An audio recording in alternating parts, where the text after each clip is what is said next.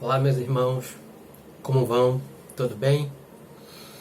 Conforme prometido, eis-nos aqui para a nossa primeira palestra do nosso canal no YouTube. Eu não diria nem palestra, porque eu não me considero um palestrante. Então a gente pode dizer, eis-nos aqui para a nossa primeira conversa para o nosso canal no YouTube. Desafio aceito. Eu queria falar para vocês da forma que eu escolhi o tema da mensagem, da conversa de hoje. Eu me pus em oração e pedi a Deus que me sugestionasse um tema para a palestra de hoje. E eis que me veio a inspiração, nos lembrando de uma palestra que nós, ou melhor, de uma conversa que nós fizemos lá no Centro Espírita, o Essência do Amor de Jesus. E esta palestra, ou esta conversa, foi sobre o livro Pão Nosso, de Emmanuel, psicografado por Chico. A lição que nos foi proposta foi a lição 40, com o título Em Preparação. E nesta lição, Emmanuel nos traz um trecho da Epístola aos Hebreus. E antes de nós entrarmos propriamente no assunto, é interessante nós trazermos algumas questões curiosas quanto esta carta ou epístola aos Hebreus. Se nós formos pesquisar acerca desta epístola, nós vamos achar uma coisa curiosa, que não há um consenso quanto o autor desta carta. Alguns dizem que foi Lucas, outros dizem que foi Apolo, e atribuem a vários outros escritores, simplesmente pelo fato desta carta não ter os mesmos aspectos das cartas aos Coríntios, por exemplo, onde Paulo, foi quem escreveu as outras epístolas. Ele geralmente se identificava, ele saudava a quem ele dirigia aquelas cartas e se identificava. E nesta epístola, nesta carta, não se identifica o autor. Então, nós não vamos encontrar os irmãos de outras denominações afirmando quem foi verdadeiramente o escritor desta carta. Mas o próprio Emmanuel vem nos revelar, através do livro Paulo e Estevão, que quem de fato escreveu esta carta foi Paulo. Inclusive, Emmanuel nos narra com riqueza de detalhes o trecho onde Paulo escreveu esta epístola. O Paulo, preso em Roma, ele aproveitava o final do dia para sempre escrever as suas cartas. Então ele dirige aos Hebreus. Quem não sabe, os hebreus eram o povo da Hebreia. Né? O povo da Hebreia são o que nós conhecemos hoje, os judeus. Então, os judeus que naquela época haviam sido recém-convertidos ao cristianismo, eles estavam perdendo a sua fé em Cristo. Estavam perdendo a sua fé em Cristo por conta da perseguição que era ferrenha aos cristãos. Nós vimos nas vastas literaturas espíritas, através do próprio Emmanuel, como no 50 anos depois, também a gente vê muito isso. Todas as obras de Emmanuel, há 2000 anos e depois 50 anos depois, a gente vê o quanto os cristãos foram perseguidos. E inclusive o próprio Emmanuel, em 50 anos depois, foi vítima dessa perseguição aos cristãos. Então, Paulo, vendo essa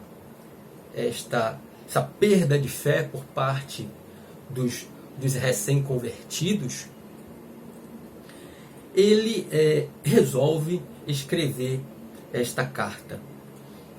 E esta carta, ela é basicamente um pedido de renovação de fé. Além do pedido da renovação de fé, é um pedido de a renovação da aliança.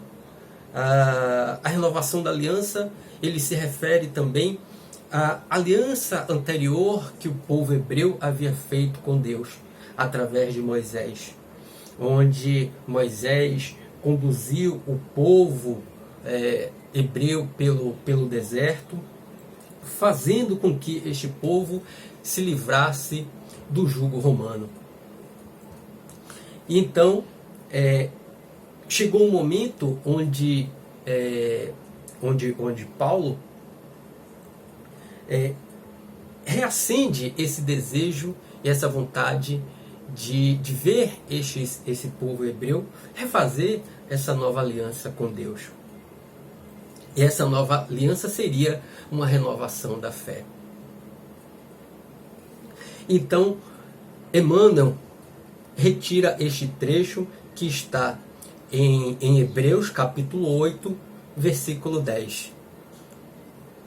E este trecho diz assim: diz o Senhor: porei as minhas leis no seu entendimento e em seu coração as escreverei. E eu lhes serei por Deus, e eles me serão por povo. E enfatiza na sua mensagem: traduziremos o Evangelho em todas as línguas, em todas as culturas, exaltando-lhe a grandeza, destacando-lhe a sublimidade, semeando a poesia, comentando-lhe a verdade, interpretando-lhe as lições e pondo-nos ao raciocínio, aprimorando o coração e reformando a inteligência, renovando leis, aperfeiçoando costumes e aclarando caminhos. Mas virá o momento em que a boa nova deve ser impressa em nós mesmos, nos refolhos da mente, nos recessos do peito, através das palavras e das ações, dos princípios e ideais, das aspirações e das esperanças, dos gestos e pensamentos. Porque, em verdade, se o céu nos permite espalhar a divina mensagem no mundo, um dia exigirá nos convertamos em traduções vivas do Evangelho na Terra. Então, meus irmãos, que maravilha o que Emmanuel traz para a gente. Esse pedido do Evangelho seja impresso. Que coisa maravilhosa esse pedido. Então, eu gostaria aqui de rever esta mensagem agora trecho a trecho, para nós irmos juntos revendo essa maravilha que Emmanuel nos traz. Então, Emmanuel diz assim: traduziremos o Evangelho. Repare que Emmanuel fala, traduziremos, ele se coloca também como um disseminador do Evangelho, um instrumento de Deus na disseminação do Evangelho. Ele não diz, eu traduzirei, ou eles traduzirão. Emmanuel é esse disseminador da Boa Nova. E ele continua aqui, em todas as línguas. Em todas as línguas. Ou seja, vai estar em todos os lugares da Terra. E aqui ele continua, em todas as culturas. Aí você me diz, mas como que será em todas as línguas, em todas as culturas? E nós sabemos que existem países e locais que eles não acreditam no Cristo. Mas aí a gente está olhando apenas Emmanuel como um espírito que só vai olhar para o cristão. E a gente sabe que espírito superior não vai olhar quem é de religião A, religião B. Espírito superior não olha este muro que nós, encarnados, colocamos diante dos nossos irmãos. Está aí a grande prova, a nossa querida irmã Dulce. Nós vemos que ela trabalha nos centros espíritas. E é uma freira, com tantos outros espíritos, o próprio Padre Germano, né, trabalha nos centros espíritas. Mas nós também temos conhecimento de espíritos que têm preconceito em entrar em centro espírita. E também nós temos também nós vimos centro espírita que não aceita espíritos caboclos, pretos velhos. A gente sabe disso, que o preconceito não é só de encarnado para desencarnados, e desencarnados também tem preconceito com religião.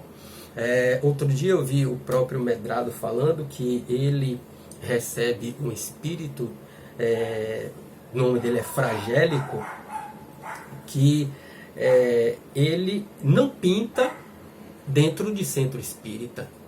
Ele só pinta em sua casa, no seu ateliê. Então, é preconceito, né? É preconceito de qualquer forma. Mas a gente sabe que ainda não, esse é um espírito que ainda não é um espírito de luz. E, portanto, é um espírito que ainda carrega o preconceito enquanto ainda estava na matéria, né? Então, Emmanuel vem derrubar, ao meu ver, vem derrubar este preconceito e dizer que eles estão aqui para todos aqueles que queiram palavra de amor. O Evangelho aqui a gente entende como palavra de amor, a palavra da Boa Nova, a palavra de bem-querência, a união, a fraternidade entre os povos. Quando ele diz que vai estar em todas as línguas, que o Evangelho estará em todas as línguas e em todas as culturas. Exaltando-lhe, aí ele continua, exaltando-lhe a grandeza. Ora, o amor entre os povos não é uma grandeza? O amor entre a sublimidade, o amor entre as pessoas não é sublime? Não é tão grande? Então, no meu ver, Emmanuel está exaltando isso. E ele continua, semeando-lhe a poesia, comentando-lhe a verdade, interpretando-lhe as lições. Ora, o que Emmanuel nos diz aqui é que o Evangelho ele pode ser visto e pode ser entendido e estudado de todas as formas, seja através do próprio Evangelho, seja através da música, seja através da arte ou do teatro, seja ele através das esculturas, o próprio Aleijadinho, a grande prova disso, seja ela através dos quadros belíssimos que a gente vê nos museus, que a gente vê nas igrejas, aqueles vitrais, aquilo ali é também a forma de disseminar o Evangelho, né?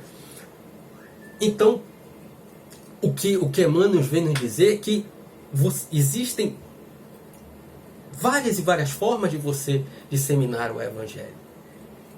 E ele continua aqui, interpretando-lhe as lições. Ora, o que será esse interpretando-lhe as lições, a não ser isso que ele nos traz aqui? Olha aqui uma forma de interpretar as lições. Isso aqui ele está nos ajudando a interpretar as lições do Evangelho, ou não, né? E Emmanuel é um grande contribuidor para que isso aconteça, né? Está aí também essa vasta literatura espírita nos ajudando para que a gente possa entender melhor o Evangelho, né? E aí ele continua aqui, impondo-nos ao raciocínio. O que é que nós estamos fazendo aqui? Quando nós estamos buscando interpretar o Evangelho, buscando raciocinar, para que nós não fiquemos aquilo ali ao pé da letra. E ao pé da letra a gente sabe que o Evangelho ele está nunca se pode ler e interpretar o Evangelho ao pé da letra.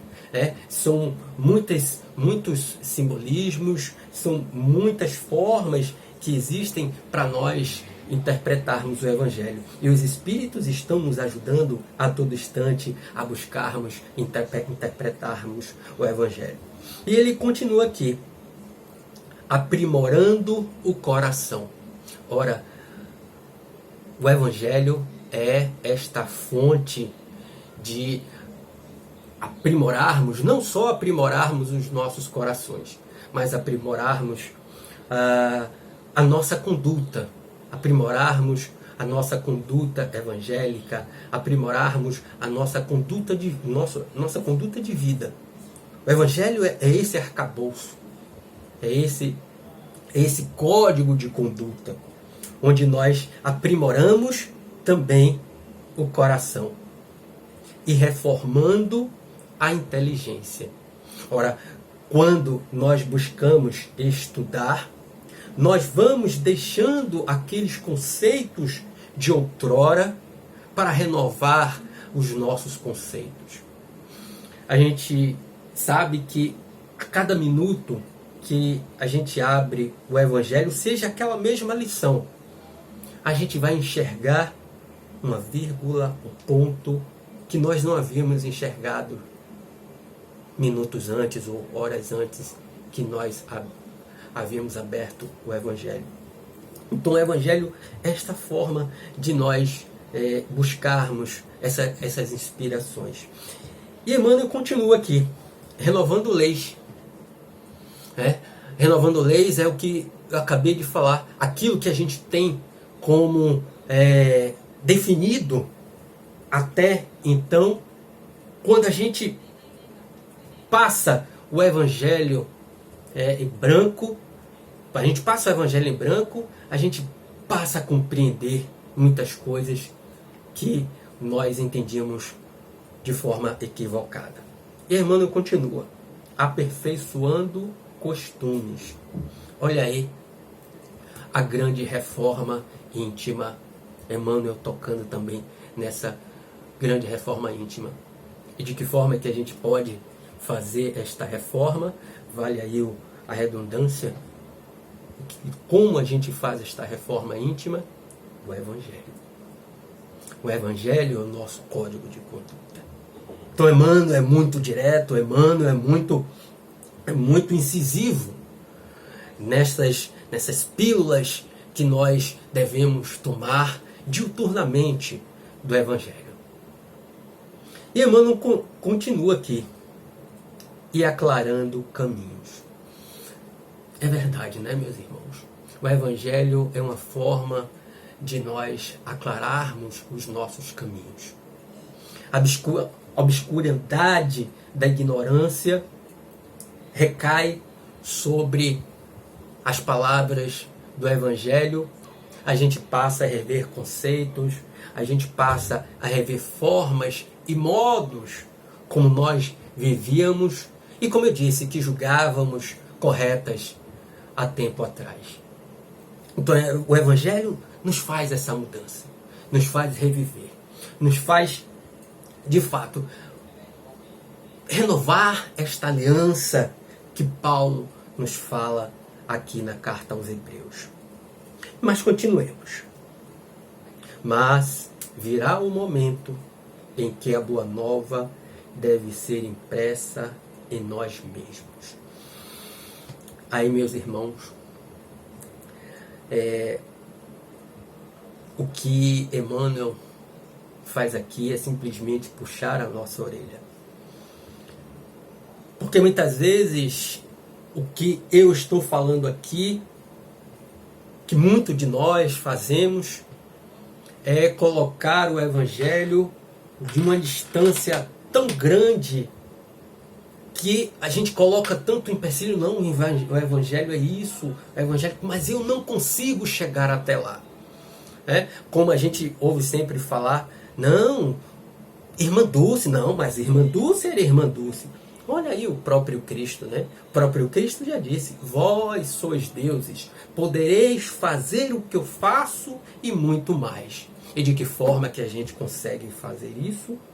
É como Emmanuel nos diz aqui, é imprimindo o Evangelho em nós mesmos. Ah, mas como é que eu vou imprimir o Evangelho em nós mesmos? Meus irmãos, o Evangelho, segundo o Espiritismo, nos diz que fora da caridade não há salvação. Então, se fora da caridade não há salvação, é a prova do amor. O amor vence tudo. Fora da caridade não há salvação, meus irmãos.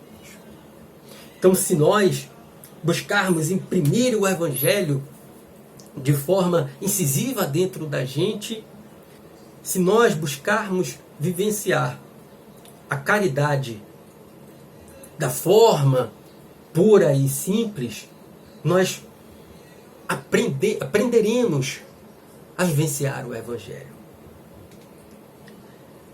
E Emmanuel continua aqui, que é preciso que imprimir nos refolhos da mente, ou seja, nas profundezas da mente, nos recessos do peito, ou seja, nós devemos ter o Evangelho no nosso dia a dia, no nosso acordar, ao sair da nossa casa para trabalhar, na convivência com os nossos colegas de trabalho, seja lá no ônibus, seja no trânsito, seja no supermercado, seja numa fila, seja onde for, é preciso que nós vivenciemos o Evangelho. E Emmanuel continua aqui.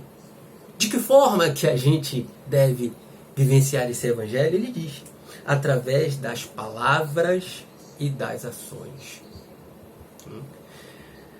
Nós buscarmos refinar o que nós falamos e o que nós fazemos. Dos princípios e ideais.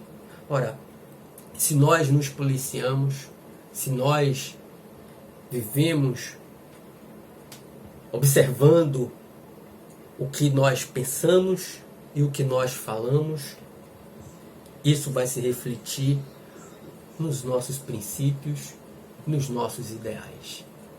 Se outrora nós levantávamos a mão para agredir, hoje nós devemos levantar a mão para louvar. Isso que é impor e imprimir o Evangelho na gente. Então Emmanuel continua aqui. Das aspirações e das esperanças, dos gestos e pensamentos. falar em gestos, a gente tem vivido neste momento uma grande prova de que o gesto é tudo.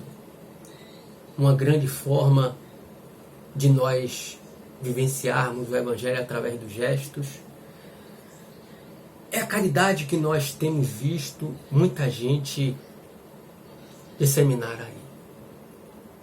Neste momento que nós estamos vivendo, a gente tem visto muitas pessoas perdendo seus empregos, muitas pessoas passando por problemas psicológicos, porque simplesmente não suportam ficar trancafiados em suas casas.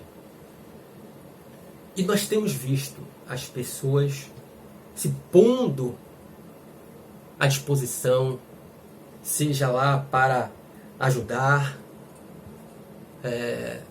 indo ao mercado quando as pessoas não podem sair, se pondo à disposição quando pode ajudar psicologicamente aquela pessoa que está com problemas psicológicos, ou até mesmo se doando para levar uma cesta básica às pessoas. Apesar de nós termos visto na mídia muita miséria, enfatizando o lado ruim desta pandemia, nós temos visto também, muito pouco, é bem verdade, mas temos visto também a parte boa das coisas. As pessoas arrecadando cada vez alimentos, as pessoas indo até a rua para assistir aqueles menos favorecidos. Então está aí uma prova de que a humanidade deu certo. A gente, recentemente, aquele ator Flávio Migliaccio cometeu suicídio porque ele acreditava que a humanidade não deu certo. E aqui a gente vê nessas ações, neste momento, que a humanidade sim deu certo. A humanidade, ela deu certo, está dando certo e dará certo sempre. Porque o Evangelho está aí. O Evangelho está aí para nos guiarmos, ser o nosso balizador, ser o nosso guia. Então que a gente possa buscar renovar essa aliança com Deus, que a gente possa renovar a nossa fé, sempre nos momentos difíceis, que a gente possa lembrar que Deus, o nosso Pai, está sempre de braços abertos para nos ajudar. Tem uma história onde um corredor nascido na Inglaterra, ele disputou a Olimpíada de Seul, não é? E em 1992 ele foi disputar a Olimpíada de Barcelona. O nome dele é Derek Redmond. Ele, após as Olimpíadas de Seul, ele sofreu uma lesão nos tendões de Aquiles. Então ele precisou passar por cirurgia.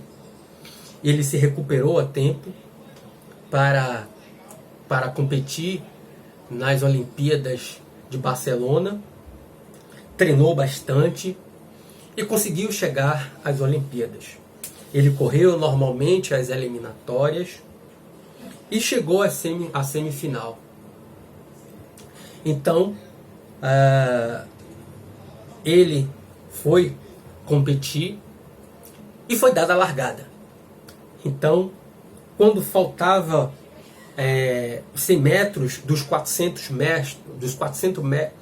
metros onde ele se propunha a correr, ele sentiu uma dor terrível. Então ele viu que rompeu um dos seus tendões de Aquiles. Então ele caiu ao chão, com aquela dor insuportável, tentou levantar, mas a dor era muito forte e não conseguiu. Então o seu pai, que estava na arquibancada, vendo aquela aflição, não pensou duas vezes. Pulou a arquibancada, entrou na pista e foi em socorro ao seu filho. E aí ele foi, pegou o seu filho apoiou-se nele e os dois foram correndo devagar para cruzar a linha de chegada. Então a plateia ensandecida, gritando, aplaudindo, os dois conseguiram assim cruzar a linha de chegada. Então, meus irmãos, que a lição que a gente tira dessa história é que Deus está sempre ao nosso lado. Está sempre com as mãos estendidas para nos ajudar. A vida é esta corrida que nós estamos vivenciando, mas a vida também não se resume apenas em uma corrida. Às vezes a gente consegue cruzar a linha de chegada, mas muitas vezes, por desleixo nosso, por culpa nossa, a gente cai, a gente tropeça. Mas não esqueçamos que Deus está sempre com os braços abertos, com as mãos estendidas, para nos ajudar a cruzar a linha de chegada e que nós consigamos a vitória sempre. Então, meus irmãos, o que eu tinha para falar para vocês hoje era isso. E que Deus nos ajude a passar por este momento com perseverança e com fé acima de tudo. Existe a frase que inclusive está lá em cima da mesa da nossa casa, que diz: tudo passa. Tudo passa. E este momento passará. E em breve estaremos juntos, reunidos novamente, para nos abraçar, para conversarmos, para revivermos os momentos felizes em nossa casa. Sermos instrumentos de Deus para estender a mão àqueles que buscam o auxílio em nossa casa. Muita paz para todos e que Deus nos abençoe hoje, amanhã e sempre, meus irmãos.